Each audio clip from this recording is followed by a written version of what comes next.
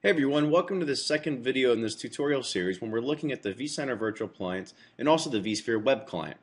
What I did is I went ahead and I opened up a web page because we'd already deployed our vCenter Virtual Appliance, and I just opened up a web page to the IP address of our vCenter server. Now when you come here, it kind of looks what we're used to seeing already, right? You have this ability to download the vSphere client, which will give us this regular old legacy client where we could go ahead and we could log in and start configuring our environment. But instead of doing that, what I want to do is I want to show you that really anything you can do inside the vSphere client, you can do inside the web client. So what we're going to do is we're going to click this right here. It says log into the vSphere web client. We're going to go ahead and continue against this security certificate. And as you can see, it kind of has this new scroll bar in this Flex UI where it shows you actually how it's loading up. At the same time, you can see at the very top, it's also port 9443/vSphere-client. Now when you're in here, you might be trigger happy to go ahead and log in, but before we do that, you see this right here where it says download the client integration plugin. Let's go ahead and we'll click that. Now what's going to do is we want to go ahead and we'll just save this to our desktop, because last thing I want to do is just start running from 42 megs. So we'll go ahead, we'll save it to our desktop, we'll let that download, and we will go ahead and run it. We'll click yes with the security prompt, and we go ahead and we need to close this, so we'll go ahead and retry. Oh, sorry, I've got to close that, the download. So now that Internet Explorer is closed, we should be able to retry. We're good. We'll click next. We'll accept it, and I should let you know that this client integration plugin only does work with Windows and Linux, and it's only going to, in Windows it's only going to be with Firefox and IE, whereas in Linux it's only going to work with Firefox. Mac is currently quote-unquote not supported for this plugin, but you can actually just browse the vSphere client, the vSphere web client with on a Mac desktop with just a regular Safari, Firefox, Chrome, whatever internet browser. So we'll go ahead, we'll click OK right here, because since this is a VMware View desktop, it's actually probably has a lot of things running in the back end, because that's part of the USB arbitration service as part of VMware Tools. So we'll let that go ahead and finish the install, and I'll be back in a second. Now that we're go ahead and done, we'll click Finish, and we will reopen our browser. We'll head back on over here to our vSphere web client. Like I said, from when you're here, it's probably a smart idea if we go ahead and we just save this into our favorites. So we'll add this to the favorites, because this is something that you'll probably want to come to pretty often. Now we have it saved in our favorites, and as you can see right here, it actually wants to run this remote console plugin. So we're going to go ahead and we will always allow, I'm going to say it for all websites just because I don't really mind about the security on my local computer here. Now we'll go ahead and it's reloading the Flex UI again. And now it says it actually wants to run the add-on. So we're going to go ahead and we will allow for all websites. Let it reload again. Now it wants to open the content. We'll say don't show me this again, and we will allow. And it's going to start doing some more configuration, and now it looks like we are ready to almost go. Let's see, it says it's in disable protected mode. So we'll go.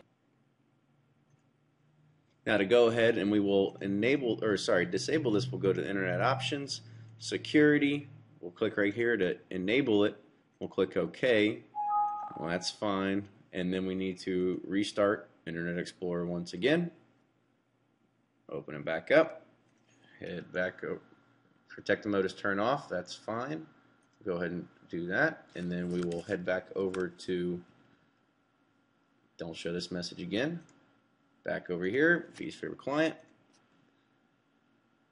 Let it load up one more time.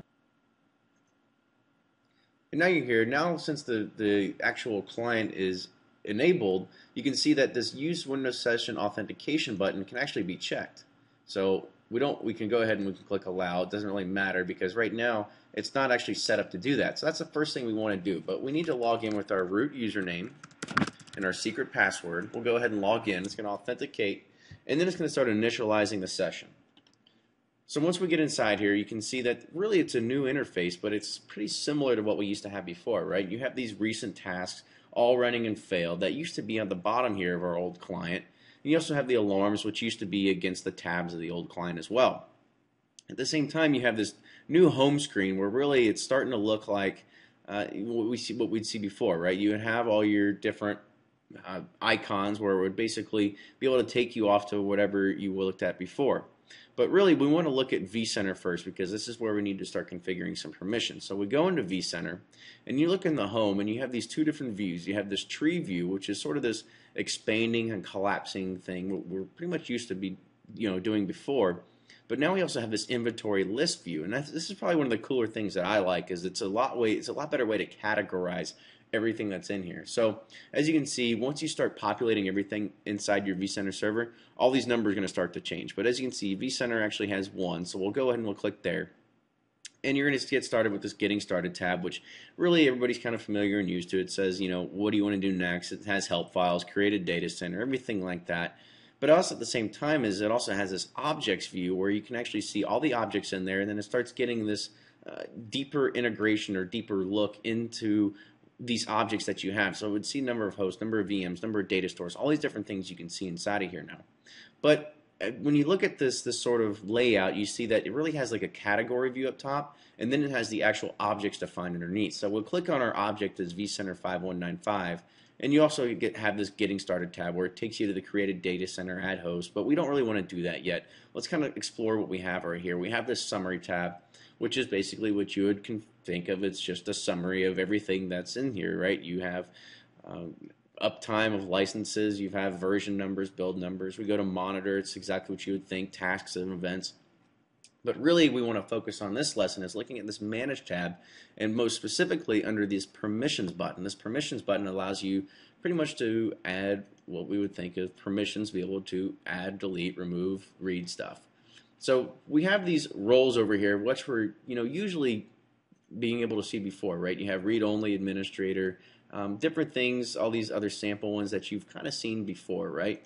But what we want to do is we want to make sure we add our Active Directory users. So I'm going to go ahead and I can choose, vCenter 5195 and system domain. These are local accounts, but I want to add Active Directory, so I'm going to choose my domain. But I want to also choose my domain admin. So I'll go ahead and just search for domain.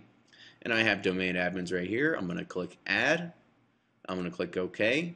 And as you can see, it's assigned with the roles read only, but I want to make sure these people have administrator rights to everything. So I'm going to go ahead and do that. I'm going to also make sure that propagate to children objects is also set. So I want this to go through data stores, folders, VMs, everything. So I'm going to click OK.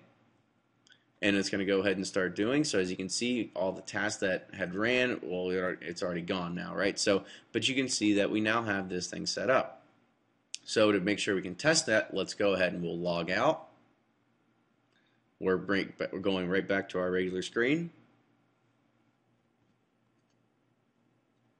Now, if you don't actually have the ability to, say you're on a Mac laptop or a Mac session, you want to be able to access your vSphere web client session, you can actually use your domain credentials to actually get to it by typing in something like that and password and clicking login. But since we have this cool ability by having this integration with the plugin, we're going to go ahead and use the Windows session authentication credentials, and we're going to go ahead and click login. Now it's going to authenticate against AD, and we can come in and we're going to start looking at really the same screen we were before at our home screen. So this is kind of what we're about to see. So thank you very much for watching this video. In our next video, we're going to start looking at actually adding hosts, creating data centers, clusters, and from there on, we'll look at data stores, networks, everything like that. So thanks for watching, and I'll see you in the next video.